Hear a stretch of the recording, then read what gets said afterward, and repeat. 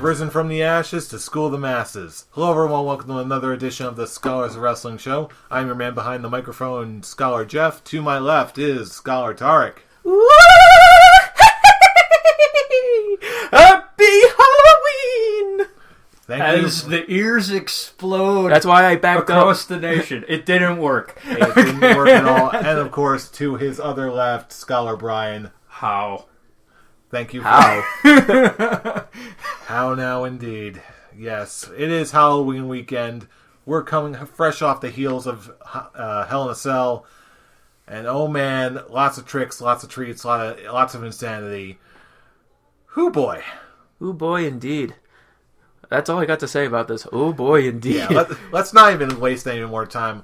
Let's open it the good old-fashioned traditional way.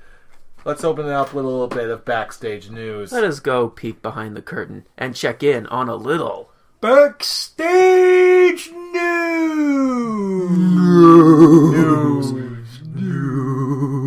Gotta be a little Halloweeny ooze. And the levels are back into the red again. It's like, gotta be a little Halloweeny in that.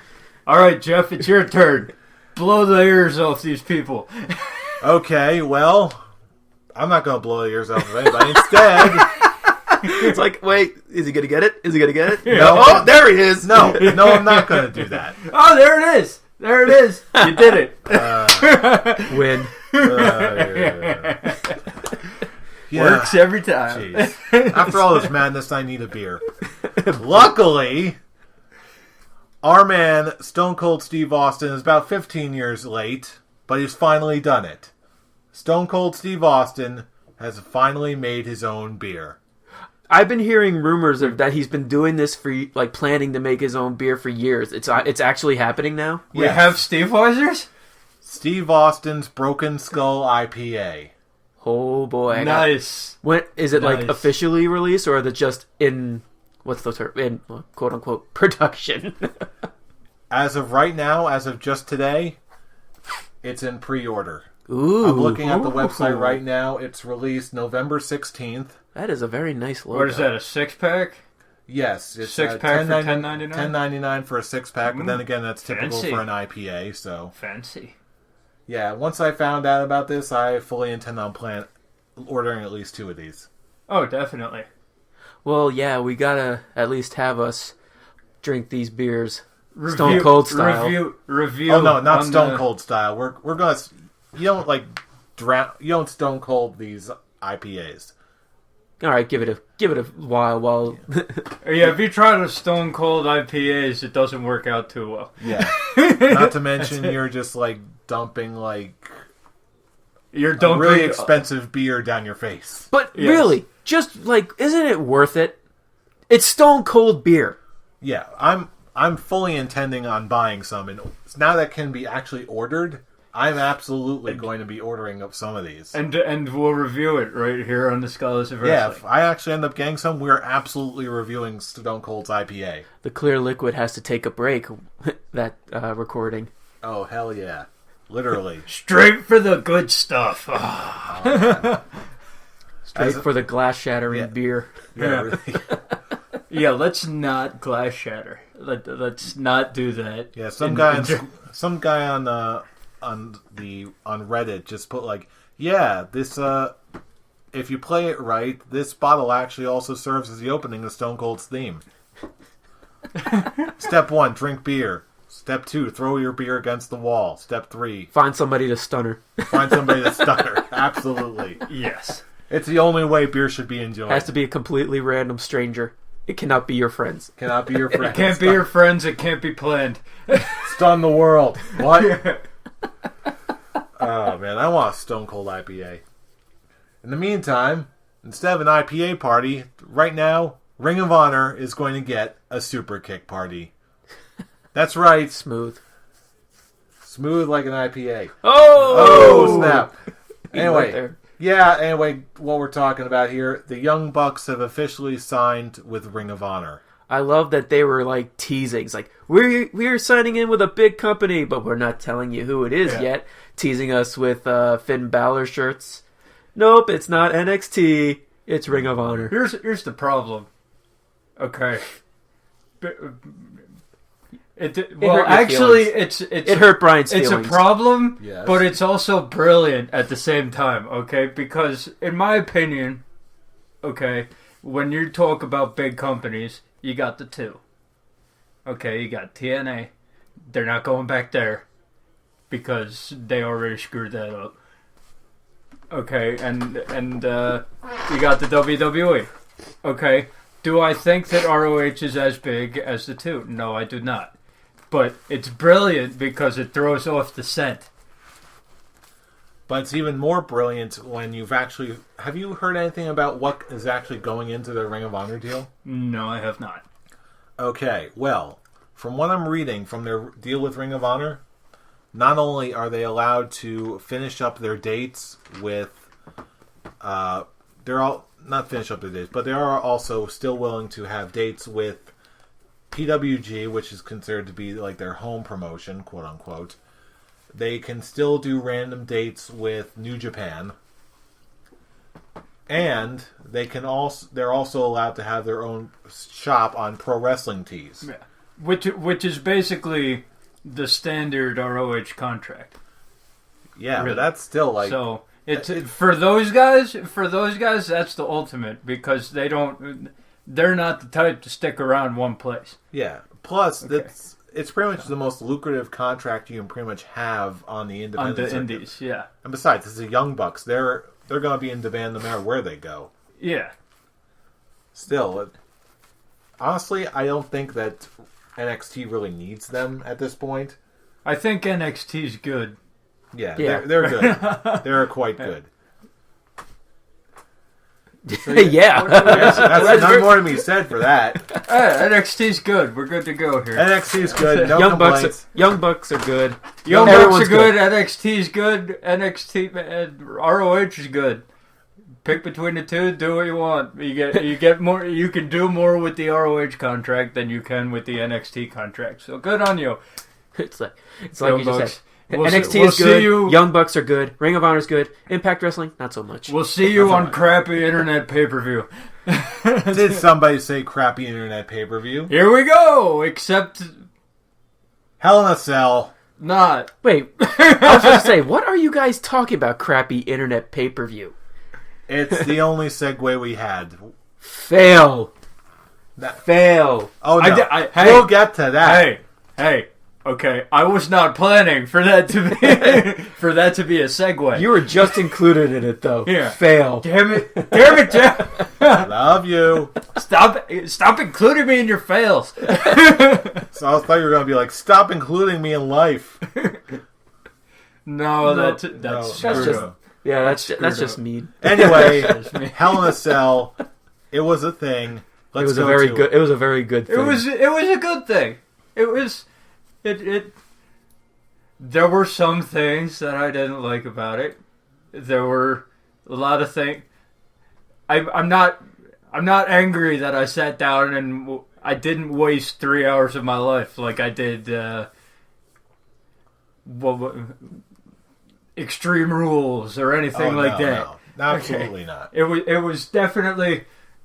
Now I was talking to Dave Castaldo. We were going back and forth over Twitter, and he did not enjoy, putting it lightly, did not enjoy this pay-per-view at all. Yeah, Okay. I was actually texting Dave throughout the show, and he was pretty much same thing. He was a little too critical. So on the show. it's a divisive show, to say the least.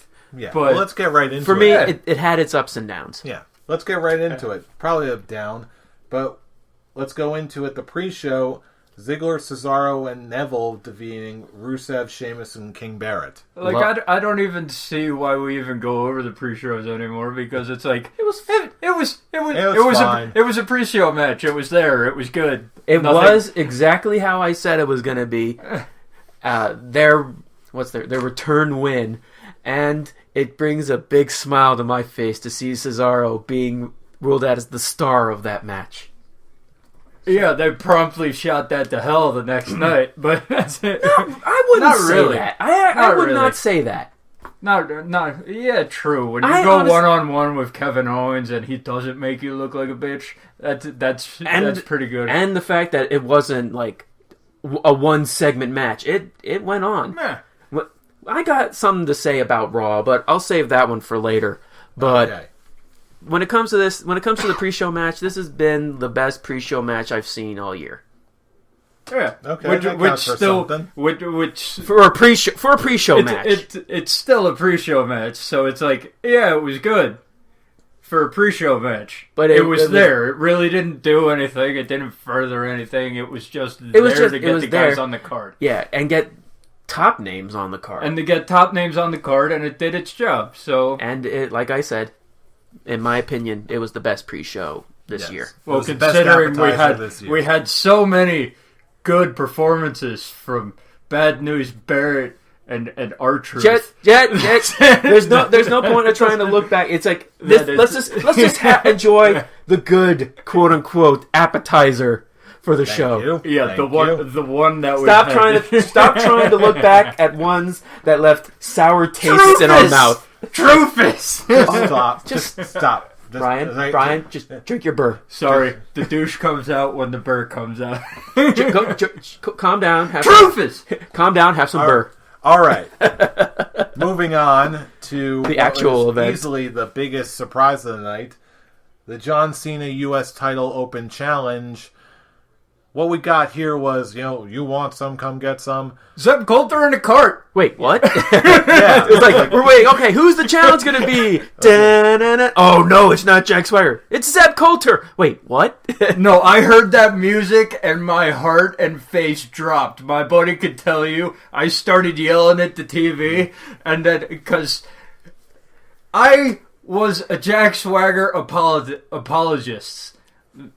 Look back on later episodes when he was going through the whole drug ordeal and all that, and I was an apologist.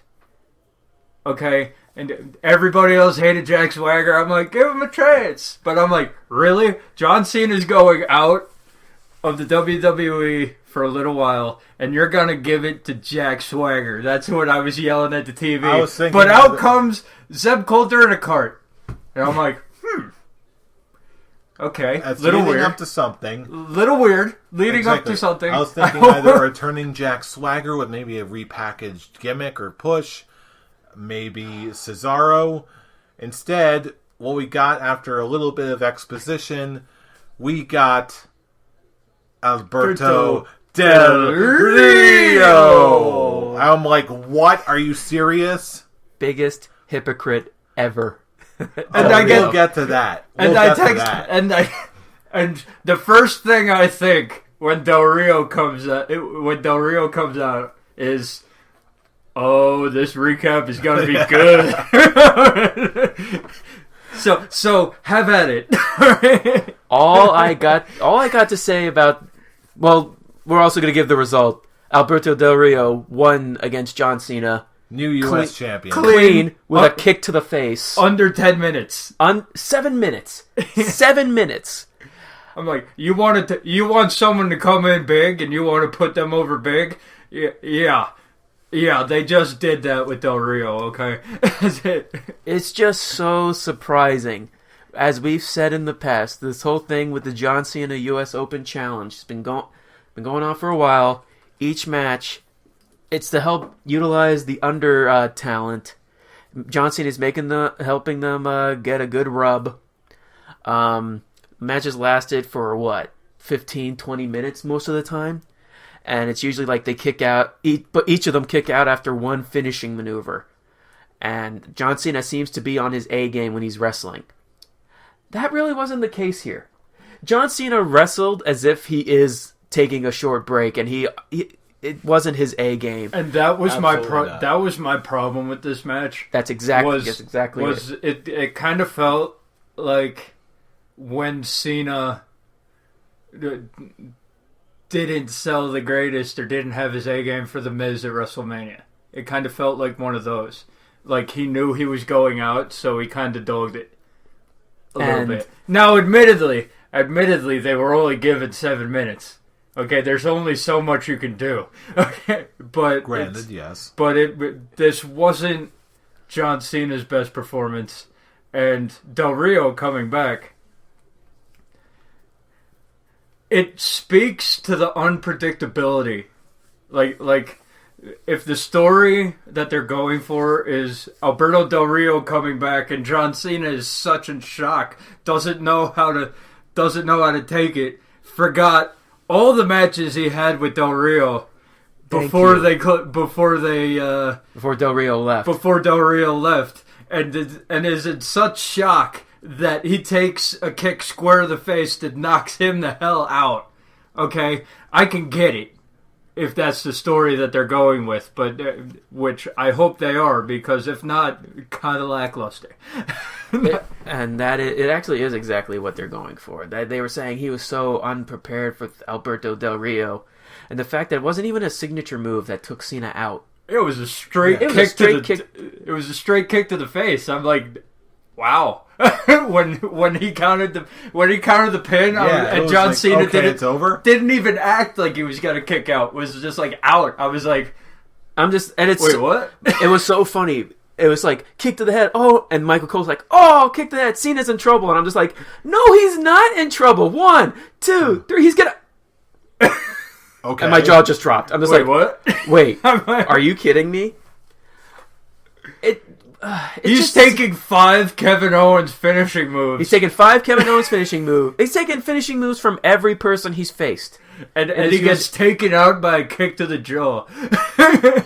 It was a really hard kick to the jaw. Yeah. But we've seen hard kicks to the jaws from other people. Have you been kicked in the jaw really hard before? He's kicking out of a brainbuster from the top rope. I don't know, but that kick was really hard. There's no excuse. It was a really hard kick. Unless they're putting him out with, unless they're saying like symptoms of a concussion, and he's out, and that's why they're saying he's out for a little bit. God, then I'd be like, okay, that makes sense. He was so shocked and so unprepared that he didn't have enough time to block. Yeah, it was a really weak finish. I'm being took it straight to the face. It was a very weak finish to a very weak match. Mm-hmm. And if they wanted to bring Del Rio back in a big way, they should have done what they did on Raw. And that should have been it. As you guys were so clearly hinting that you were expecting some angry long rant from me. Honestly, I'm not exactly thrilled that Del Rio's back, but it is an interesting idea to have this whole Mexi-American angle that with the U.S. and Mexican flags sewn into one. I'm just like, well, it's them doing something, and he has Zeb Coulter being a good mouthpiece, because this past Monday when he actually spoke, it was just that typical Del Rio is not a very interesting character to me. Great wrestler, but he is just the most boring. Yeah, it's like great wrestler, but once he lost but you already know that gimmick. When he lost the JBL light gimmick. Yeah. Yeah, this... Well, first of all, before we go any further, have either of you heard any of the details of Del Rio's new contract? No, I have not. Okay. It's me. Would you really expect me to look into something with Del Rio? Well, maybe. He no like Del Rio. He don't care. Thank you. Yeah. Well, from what I understand, from what I've heard, the way the contract for Del Rio is currently outlined, he's going to be working a limited date schedule. Of course. And it's also has a minimum. He's also guaranteed a minimum to make a minimum of $1.5 million per year. According to Conan, according to a interview with Conan, who currently runs things down in AAA down in Mexico, the current story that they're running with is Del Rio was occasionally contacted by WWE. He said, okay, you're going to have to pay through the nose to get me to come back to this place. He said, I'm going to want to work this amount of dates for this amount of money. WWE was like, I'm sorry, we can't match that. And so like, well, you called me, so bye-bye. Then eventually they came back. Triple H contacted them and were like, okay, we can do this and this and this for you. And it's like, okay, where do I sign? And even Conan was like, they're so huge we can't possibly match their money. We just can't. So that, as of right now, that's where Del Rio stands. For some people, it's about the money and the dates, and not about the pride. As Kevin Nash once put it, it's about the money and the miles. Yes. Whatever. He's back. Whoop-de-freaking-do. Yeah. He's back and putting on 5-star Raw main event matches. Still, I was just personally curious, really interested, actually, just looking at his reactions as he was walking through the curtains, as he was doing his whole thing. He looked very intense and focused until he actually got into the ring and he was actually getting cheered. Then he started to crack a smile and he started like getting really hyped up. So it was like, I wasn't even looking at his character. I was just looking at like him, like how he's reacting. Yeah, like he kind of didn't look happy to be there. Yeah. At the beginning, and then the crowd got into him and all that, and he was like, "All right, here we I'm go, feeling it again." all right." So, again, hopefully he'll actually get his mojo back, and he'll actually treat Del Rio with the respect he deserves. Yeah, if they wanted to put him over huge, okay, beating John Cena under 10 minutes with a kick to the jaw. It's the way to do it. Okay, It is. Clean, no bullshit. So it's like they did what they wanted to do, and any time that John Cena picks up a clean loss is good enough for me. Until he comes back and is just like, oh yeah, I got to take that win back. Yeah, but in the moment you're like, I'm down. Yeah, we'll see how it goes. Wasn't the greatest, but did what it needed, did what it wanted to do. The next chapter for Del Rio is yet to be written.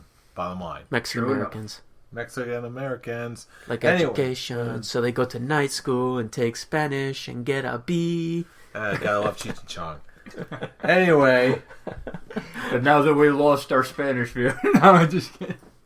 Anyway, next match, Hell in a Cell. Roman Reigns defeated Bray Wyatt. I actually enjoyed this match. Yeah, this match was actually really good. Like it wasn't exactly the ending that I had hoped for, but what we got was 20. They got enough time to tell the story of two men beating the ever holy hell out of each other, and I liked that they focused on Roman Reigns' ribs. I liked all the stuff that they did with the weapon, just two big men going at it, just beating the crap out of each other, which is what it should have been. And Roman Reigns beat Bray Wyatt clean. I hoped that there was going to be no interference. I hoped that it was going to be one-on-one. Because I think everybody thought that Roman Reigns was going to pull it out clean. But yeah, I was like, how are they going to do Bray Wyatt? And I think that both of them, even with what happened later in the night, I think Bray Wyatt would have been fine because he got his.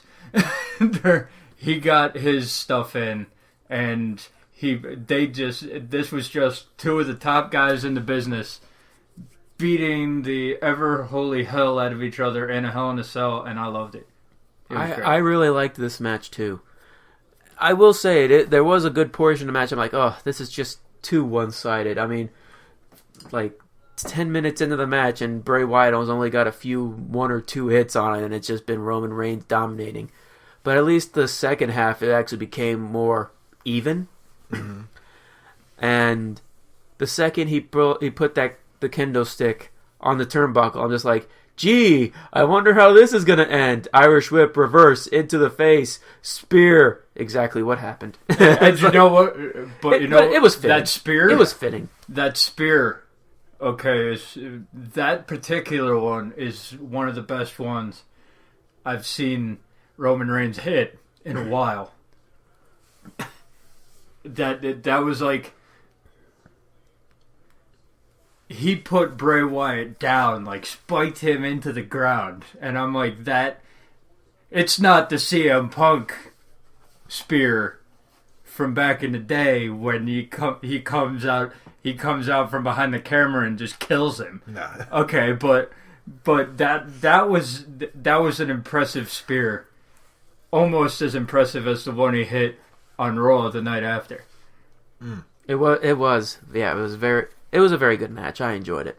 Yeah, I almost didn't want to cheer for Roman Reigns just out of sheer principle, but this, I had no complaints here. I really did not. As we have said, okay, the problem with Roman Reigns is not his wrestling ability. So put him in. It's not the strongest, but it's not the biggest problem either. I don't think it's a problem at all. But yeah, I honestly don't see a problem when it comes to his wrestling. I don't see it. But so it's like I expected this to be great, and I got what I wanted.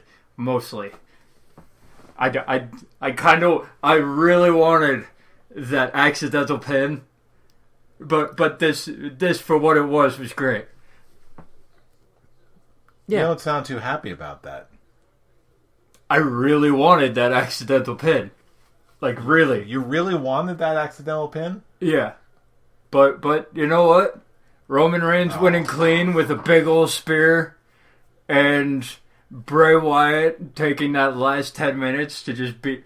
Roman Reigns had the first 10 minutes. Bray Wyatt beat the crap out of him for the next 10 minutes until the spear through the table on the outside. And just... This was everything I wanted except for the accidental pin. Nah, too bad you didn't get your accidental pin. Oh. But you know what? Be right. Don't you dare be sour. Because now we're going to clap for the two-time champs and feel the power. Biggest disappointing match in this whole night. Really, you didn't like New Day going over Dudley Boyz? No, it's not the result. I picked New Day last week. Yes, you did. I was happy with the pin. I was happy that they won. It was just a very sloppy match. I want to know what that move that Devon and Bubba were going for when they failed epically. I want to know what that was supposed to be. Like where he set Kofi up, looking like it's going to be some kind of like leg drop as famous sir, and Bubba just didn't go down. And what the hell was that? I want to know what that was supposed to be. I don't know. Is there something about this entire match, even though New Day is like constant gold? I don't know. Is this I couldn't place it at the time. I was only really paying like half attention to this match. But there was still something really not quite right for all the reasons you described. I think it was just the new demeanor of the Dudley Boyz. They were appealing to the crowd too much. It was Dudley Boyz trying to work in a PG environment, except they were trying way harder than they needed to. And it just really did not sit well with me. Yeah, when you do the get the table spot, okay, you don't need Bubba to go 1, 2, 3. I'm like, that's trying too hard. But here's the deal, okay? With all of the technical failures that they had in this match, I still enjoyed myself. Yeah, I still had a good time with this match. Like, there are 2 matches where I was so bored out of my mind, like I got up and started walking around. Okay, and this was not one of them, because technically, yes, this match was very fluid, no doubt. But the New Day. New Day is must-watch TV. The New Day and their magical unicorns. Yes. Their new T-shirt has to be one of the greatest designed T-shirts I have ever seen. All right, I've got to see this. You haven't seen it yet? No, I haven't. It's them riding a unicorn while on a rainbow. Wait, what? Yeah. All right, I am looking this up right now. It is. I love the hell out of their shirt. It is one of the funniest things I have ever seen. Okay, load. Oh God, I'm surprised you haven't seen it yet.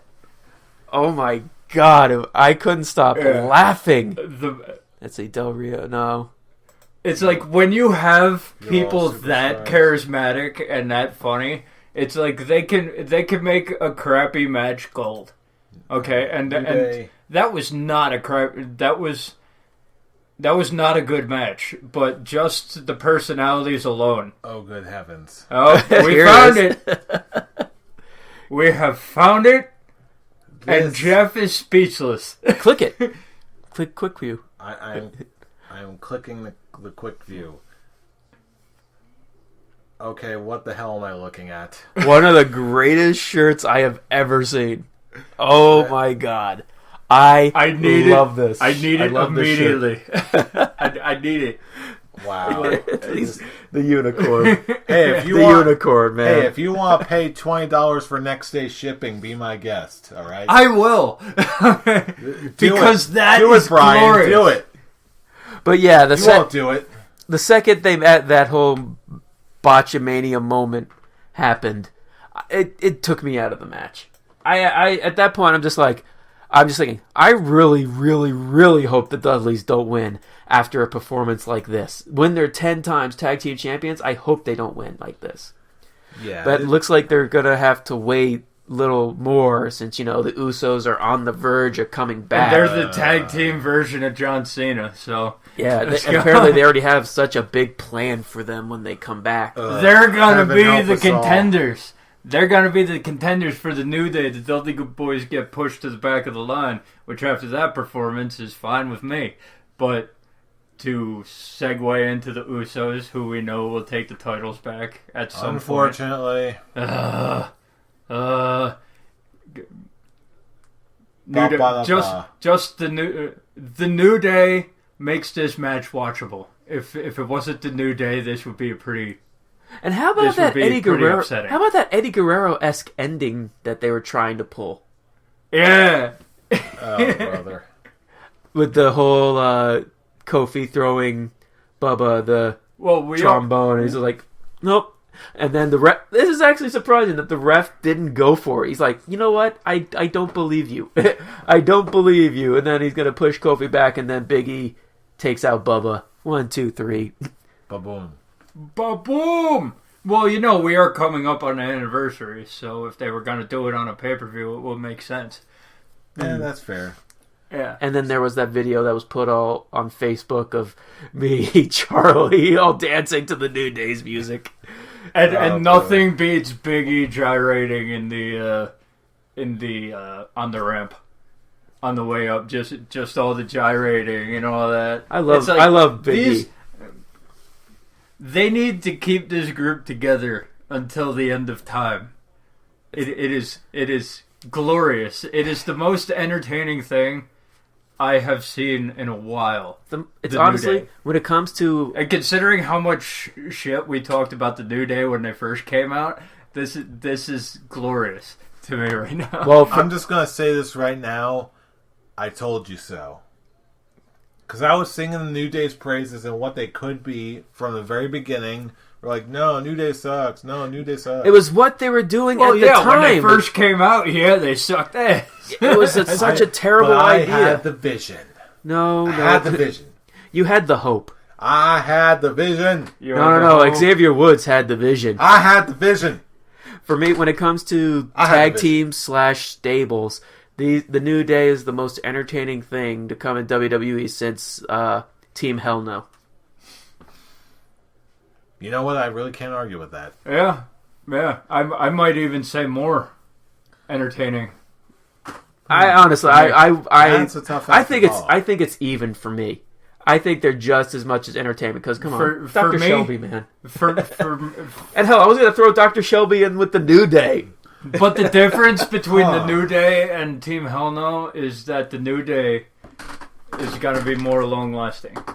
Oh, it is gonna be more So it's long like- lasting, but It's more long-lasting, and it's every week. Okay, Kane and Daniel Bryan had some off weeks. There were the heavily entertaining parts with Dr. Shelby, and then there were a couple where it's like, meh. I wouldn't even go like that. I actually think everything that Kane and Daniel Bryan did, it's a different animal when it comes to Team Hell No and the New Day. For Team Hell No, it was the odd couple. For New Day, it was one fully formed, functioning machine That rides magical unicorns and plays Final Fantasy VII winning theme songs on the trombone. You're damn right they do. So great. So great. Anyway, we could be here all day talking about how great the New Day are. Let's talk about something different. Let's talk about how adequate Nikki Bella was after losing to Charlotte. This was great. I'm gonna sit back on this one. Because I kind of didn't want to. I didn't watch this one. Well, you actually missed the great women's match. I actually ended up watching it. I wasn't really that impressed. Of course you weren't. I wasn't impressed. I hated this match. I loved it. It was adequate. Well, for the Divas Wrestling and for Nikki Bella involved, adequate equals I loved it. Yeah, pretty much. So it was just good stuff. Nikki Bella actually selling. What were you seeing? That wasn't at all the case. Nikki Bella selling? She took too much from John Cena's book. Did you see her just stroll off after the match ended? Yes, I'm a hater. Yeah, at least she she's not entertaining. Okay. There's nothing entertaining. She has gotten better in the ring, but oh my god, you saying she's selling? We got the rant. Here it goes. Just in the wrong spot. You were really thinking she was selling in this match? Hey, she did anything but. Well, you know what? I had a good time. Apparently, that's all I need to say. I think this match was terrible. If you're trying to push Charlotte to be a dominant champion, yeah, you're failing. This was. Well, then again, this is also only her second title defense, right? And who said that they were pushing her as a dominant champion? Yeah, it's way too early to call. Okay, the match she won the title and she was getting her ass kicked. Yeah, like I said, this whole thing is just one big fail. So if they were trying to make her be a dominating champion, they failed right off the bat. So going on that logic, and then having Nikki Bella pulled straight out of John Cena's handbook is not selling anything. Yeah, no thank you. And then taking the submission hold, finally tapping out, and then just walking off like nothing happened after. Yeah, thank you. No. Well, I'm going to be... okay. I enjoyed it. Yeah, I did not. I've seen... Considering how much worse things I've seen out of Nikki Bella, this was, in my eyes, was... Again, it was adequate. And she didn't totally blow everything. Other than the selling, other than the selling that he didn't notice, and I don't think she messed up once. Yeah, how much does it say where the biggest part of the Nikki Bella match that we can praise is, well, she didn't ruin it. Considering how bad the title run was in the first place, I think it's improvement. Technically, you're not wrong. As long as she's now away from the title picture. Which she is, because Paige. Good. Because Paige. Now we'll get actually a good Divas feud. Yes. Hopefully. Hey, but then would be nice. Yeah, we'll see how things end up turning out during Survivor Series this next month.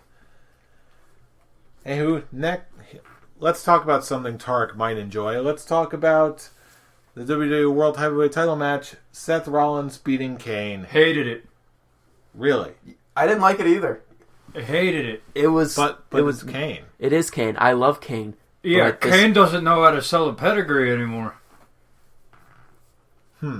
That was a shitty ass pedigree. Well, and I'm calling it on Kane, because Kane landed on both knees.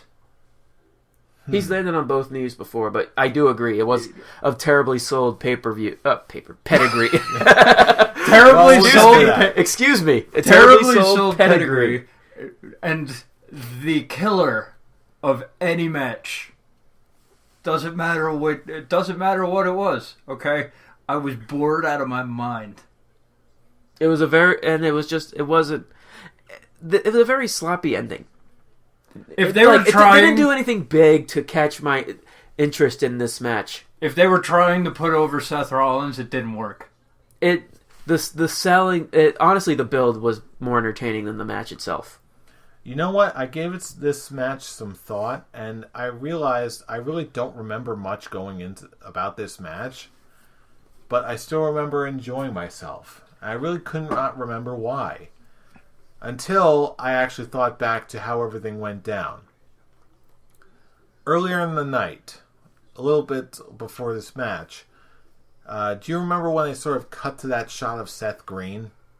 Yeah. Well, someone else poked their head into the shot. Do you remember who that was? No. It was Max Landis. Oh. The guy who did Wrestling Isn't Wrestling. Oh, yeah. Because he was live tweeting. He was at the event with Seth Green. He was live tweeting the entire thing. And I was like, okay, yeah, whatever, Seth Green. Oh, hey, it's Max Landis. I like Max Landis. I can't help it. So it was like...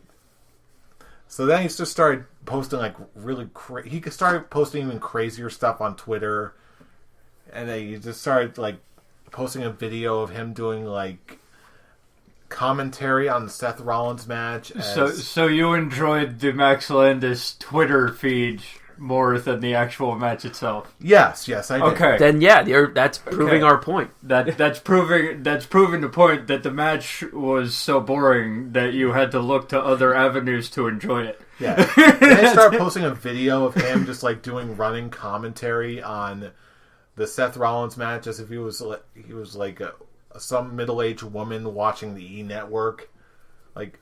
Oh yeah, Seth Rollins. Oh no, you're not gonna beat. Oh, you messed up, Kane. Oh, Slay Queen. I'm like, okay, this is the most bizarre commentary I've ever seen for a Seth Rollins match. But still, yeah. Let's just put it this way, okay? This might get Torek a little mad at me again, but when I'm more invested in the Divas title match than the World Heavyweight title match, that is not good.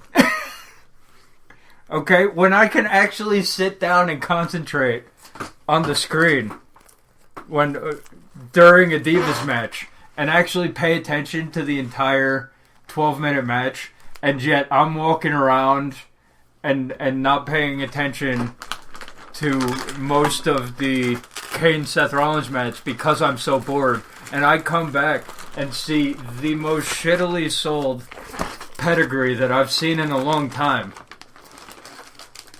Okay, this was just not.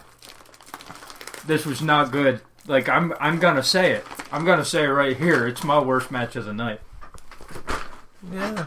Then again, I'm saying it. You're not taking it away from me. There it is. That's it. That's perfectly fine. You know what? It again, like so many other matches tonight, it was acceptable.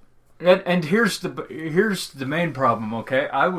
The build up to this match was gloriously great. I loved the build. There's such a lackluster So finish.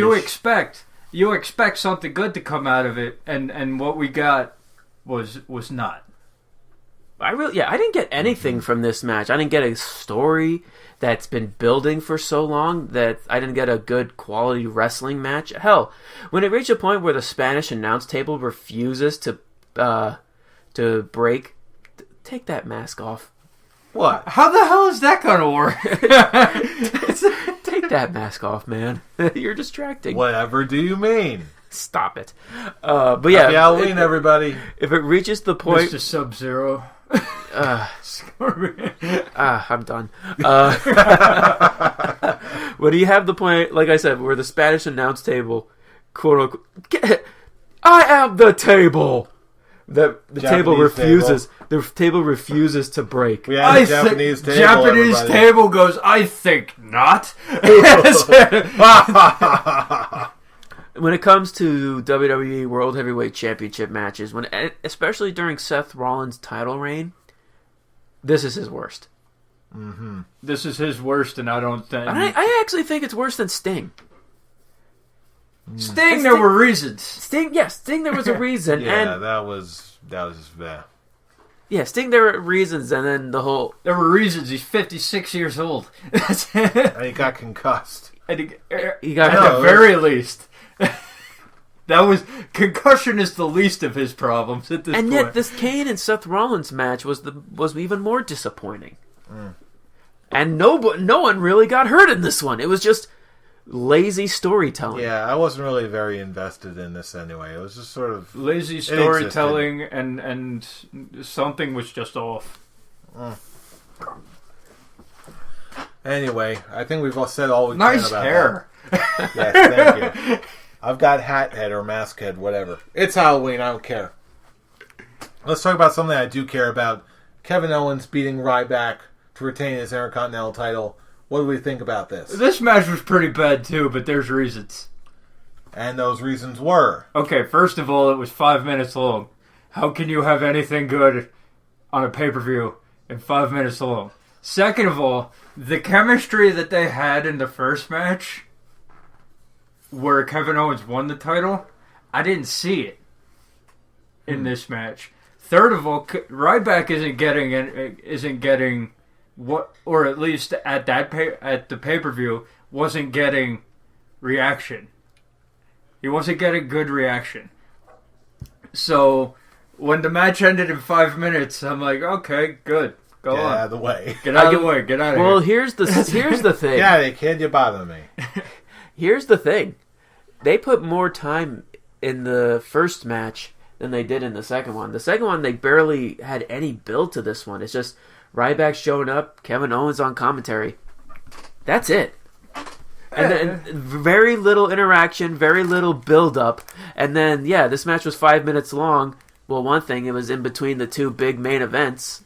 Well, still, most of the time, the filler in between the two big main events gets like 8 to 10. And this one, it just shows that Ryback is really no challenge to KO. Ryback, KO is just like, it was a clean win. Ryback, get out of here. It was a clean win. That's what was even more great. It was a clean win. No eye raking or anything like that. It was, yeah, you're Ryback. I'm Kevin Owens. I'm a better Intercontinental Champion than you. As a match, I didn't like it. As a fan, yeah, buddy. Kevin Owens validation, buddy. That's it. Mm-hmm. That's the only thing you get out of it. It's like, yay KO. Yay KO. Now get out of here. Now move on. Now find. Yeah, kid, you bother me. Now go find another challenger for the Intercontinental title that actually would make these matches, fun. Oh, yeah, or go after Roman Reigns for at least the first week after the pay-per-view. Let's not go there. I'm just gonna guess. Apparently we're gonna panda. Yeah. Anyway, what they did on SmackDown? Yeah. Anyway, let's take it right home. Main event time. Brock Lesnar going over The Undertaker, which I did not see coming at all. You guys actually forced me to change my mind, and I don't like you. I don't like you. It would have been a perfect pay-per-view. Yeah, because I don't count pre-show for predictions. Hell, and that would have been. I would have gotten everyone right if you hadn't changed my mind to The Undertaker. Well, and so blood. I got everything I wanted out of this match. Everything I wanted to see, I got. It was perfect. When it comes to Hell in a Cell matches, Hell in a Cell matches, ever since they brought in the Hell in a Cell pay-per-view, this was a Hell in a Cell match. This can go into with like the old school Hell in a Cell matches. Yeah, it was finally a Hell in a Cell match worthy of the name. And Brian, just to counter what you said before, I do count the pre-show. And this would have been my perfect score if I didn't vote The Undertaker. Yeah. I actually was very surprised that they actually went low blow with Brock Lesnar.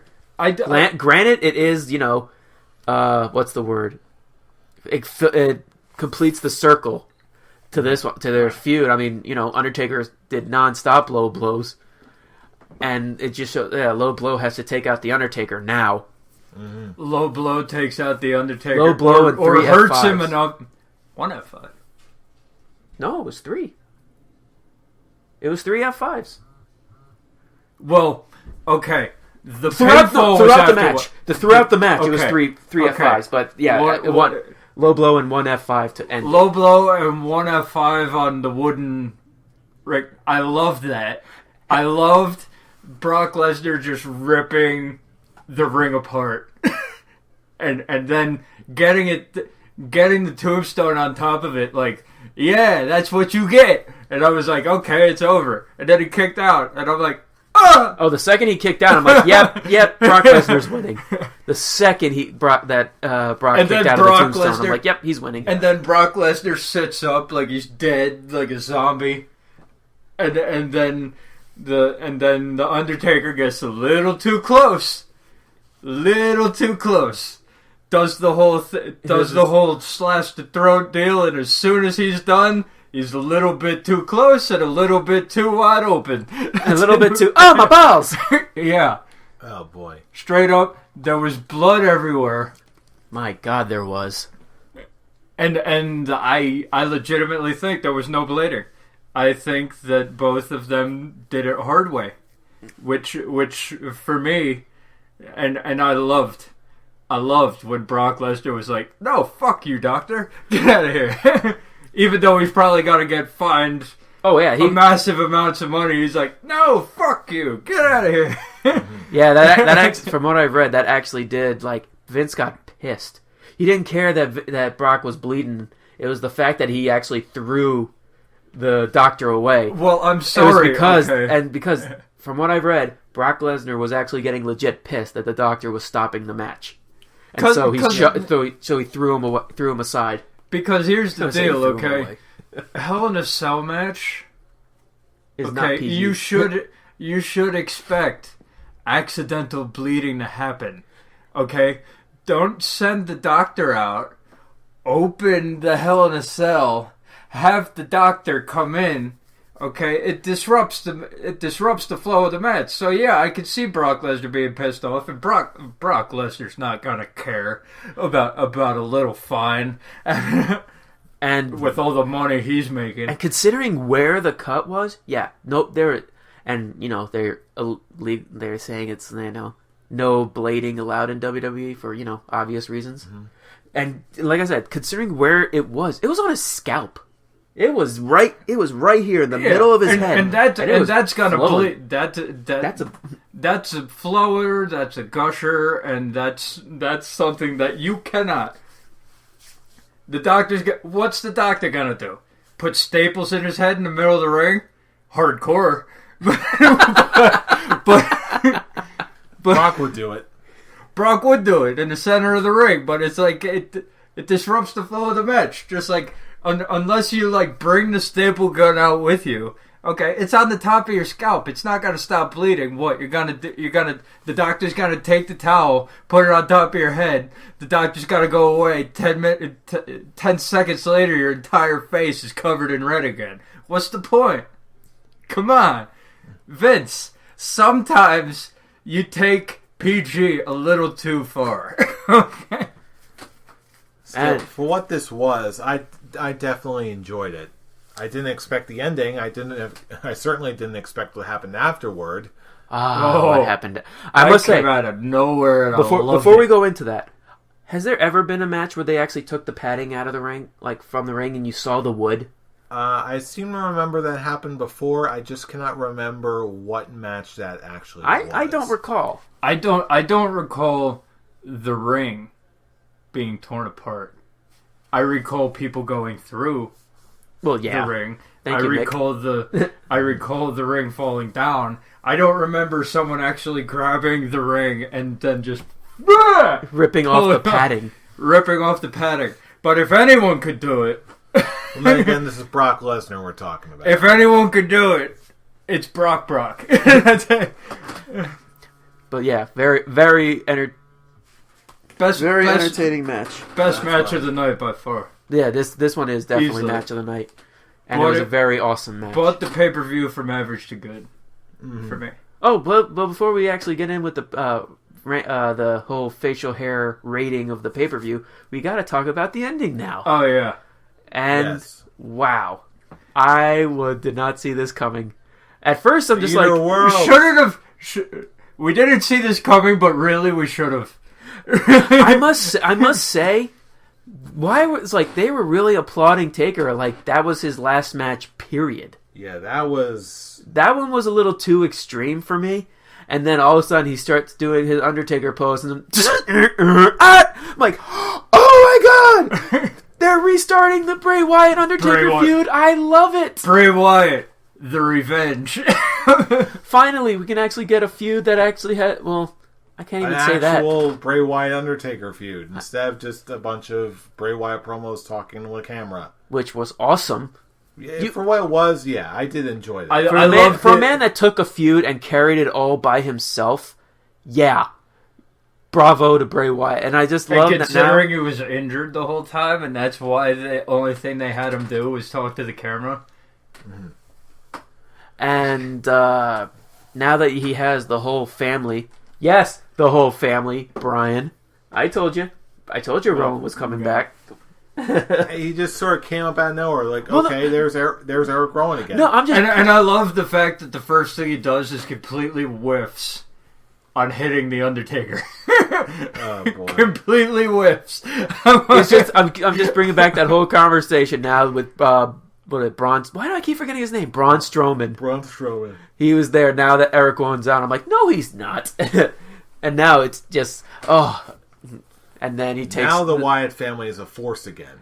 And now, the Wyatt family is a force, and they started it out. And they started out by eating the souls of the Undertaker and Kane. And I love the fact.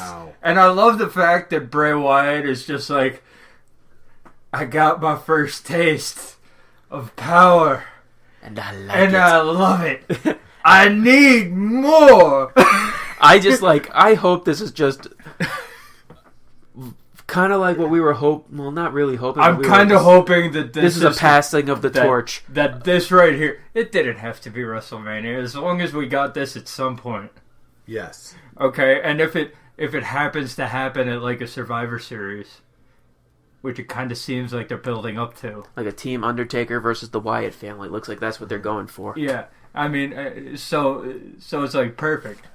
I'm like, who else is Bray Wyatt, the Wyatt family, gonna eat the soul of before the Undertaker, Kane, and whoever else come back and team up against them at Survivor Series? I don't know, but I'm hoping he almost adopts like a quasi legend killer gimmick, where you have a bunch of legends come by, like, oh yeah, it's I don't know, Sergeant Slaughter. No, nothing like that to like join up with Team Undertaker. I feel like if they're gonna be taking let me finish. I'm talking about Bray Wyatt and company start eliminating legends and just sort of like doing what they did with Undertaker and Kane, like consuming them for like their. Not necessarily having them come back as a team, just like as a Randy Orton thing. Oh, you showed up. Oh, you're done. Oh, I was thank you. Yeah. Like I'm thinking if they're gonna start like trying to abduct people, I feel like it should be someone who's on the team of Survivor Series. No, but you know, if they actually do that, where they can start abducting legends and doo-doo, and start eating their energy, their power. You know what? I would actually be okay with that. Yeah, well, there's so many different ways they can go with this. It's honestly very interesting to me that the Wyatt family has been reinvigorated. Now I want to see what they're going to do next. It's good TV. And as much as Dave says that they're not, Bray Wyatt in the future is going to be a championship man. He's going to have the belt. As much as Dave thinks he's not. He's getting the belt. Yeah, at some point. At some point, yes. Because you got to have that epic Bray Wyatt Roman Reigns. You got to have that epic. You got to add championship feud. Yeah, that's that. Their feud was a potential lead to a future title feud, And if they're having him absorb the Undertaker and Kane's power, then yeah, it has to be. He has to be a contender in the near future. And he will be. It's again, it may be a little bit later, but his time certainly has not passed yet. It certainly makes sense. I love it. All right, facial hair ratings. Facial hair ratings. I'm going to give this a solid 3 out of 5. Standard goatee, just out of craziness, just out of the whole night. I'll give it a standard goatee, just because there was nothing. It was good. It wasn't anything special, but I didn't hate sitting through it.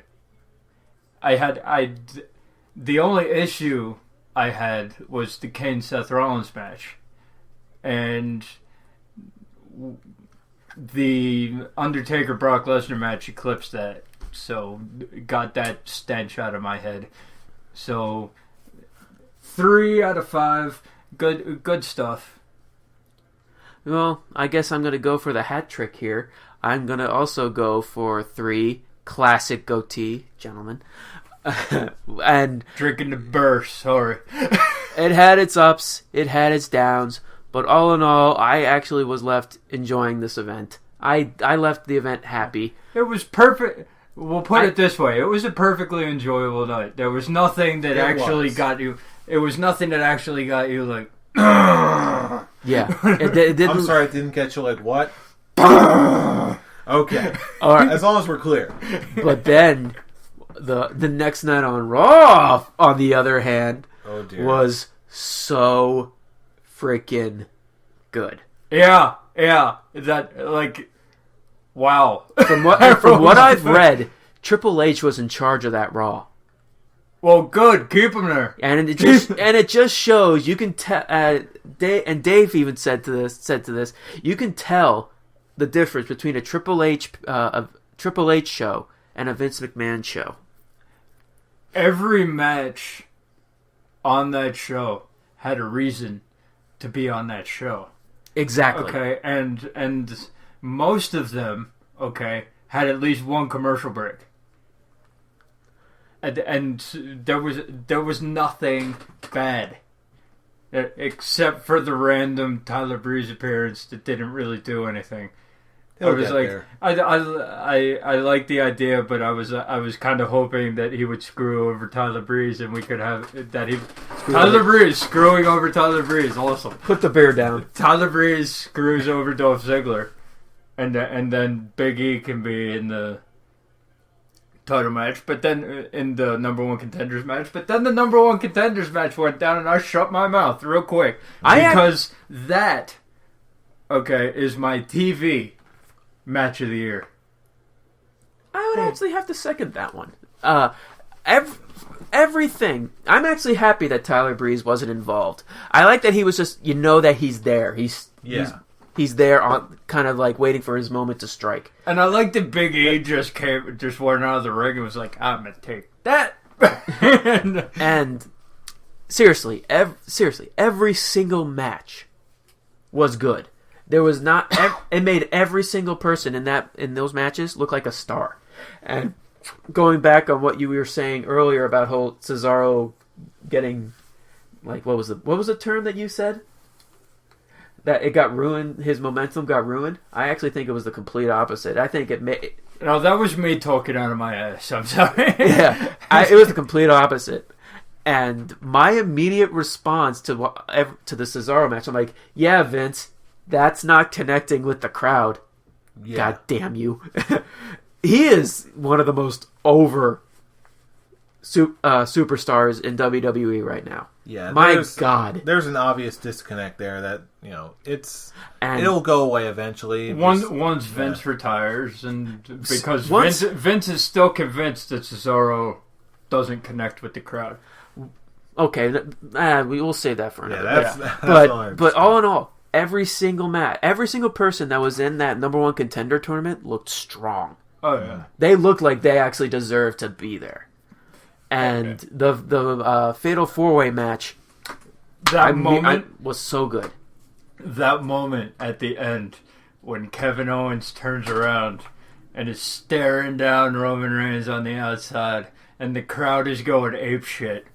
Okay, that at some point will be big money.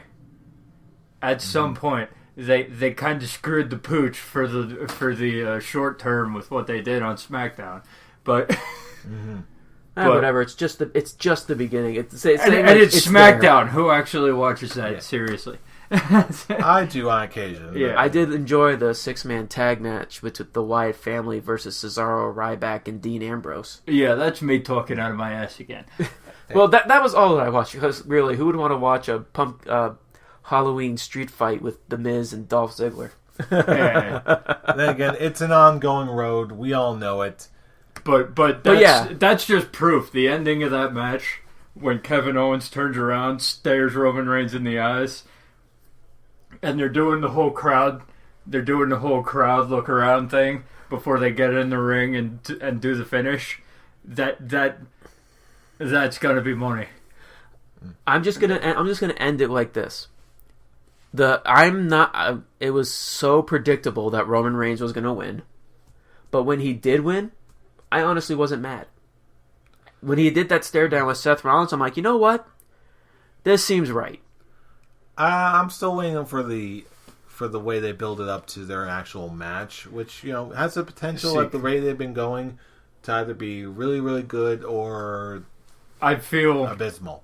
I feel that the way Dean Ambrose has been building that up, I feel that Roman Reigns is not the one doing the heel turn. I hate that. I honestly, I don't like it. I feel that Dean Ambrose will screw Roman Reigns at Survivor Series because of the line that he said on Raw, where like, at WrestleMania, you were so close. Then came Seth Rollins. At Money in the Bank, you were so close. Then came Bray. You are so close. Once again. I'm like, is that not beating you over the head? With either I'm screwing you tonight or I'm screwing you at Survivor Series? Is that not like anvil of foreshadowing? I hope beating you over the head. Oh yeah, it's definitely there. I just hope they don't. Dean Ambrose really doesn't need a heel turn. It would be great. Doesn't. It would be great, because we know Dean Ambrose can deliver, but really, it just doesn't. It's just that would make it feel forced. Yeah. And then again, we're getting a little bit ahead of ourselves. There's still plenty of time left between now and then until Survivor Series. 25 years of the Dead Man. 25 years of the Dead Man. Now, which is probably why they're setting up this match at Survivor Series. Could be. Now, Fool, do you have any Scholars Quick Talk for us before we head on out? Oh, no. We're talking about the pay-per-view. That's going to take a long time. Okay. It's going to take a good chunk of this episode. It's going to take a good chunk of this episode. So, no Scholars Quick Talk tonight. All right. So, instead, let's talk about where you see all these feuds going. Do you think someone's going to go down with Dean Ambrose? What's happening to The Undertaker and Kane? What's next for the Wyatt family? Who knows? Well, you know what? Tonight we're asking you. So, of course, you can get in contact with us throughout all the usual means. Leave us a note or leave us a comment on this video. Like us if you like what you hear. Subscribe if you want to hear more into your face hole every single week. Face hole? Face hole, yes. Of course, you can also go like us on Facebook at the Scholars of Wrestling Show. And, of course, you can also follow us on Twitter. On our main page at ScholarsOW. You can also follow me at I'm Robbie Rage. I am Robbie Rage. All one word. Fool, where can they reach you at? At the Avataric. And at Atomic Beanpole. Bammo, there you go. Follow us, join the discussion, join us all for live tweets, discussions, and other random stuff. Join the fun. It's great. Meh. Even you're Meh. doing the math. I'm getting there. In any case, I do the math because you already know what we are. We are the Scholars of Wrestling, and you have just been schooled. You're welcome. Let's This see what is happens Halloween. next. This Happy is Halloween, everybody. This is Halloween. Don't. This It is is Halloween. Halloween. Halloween.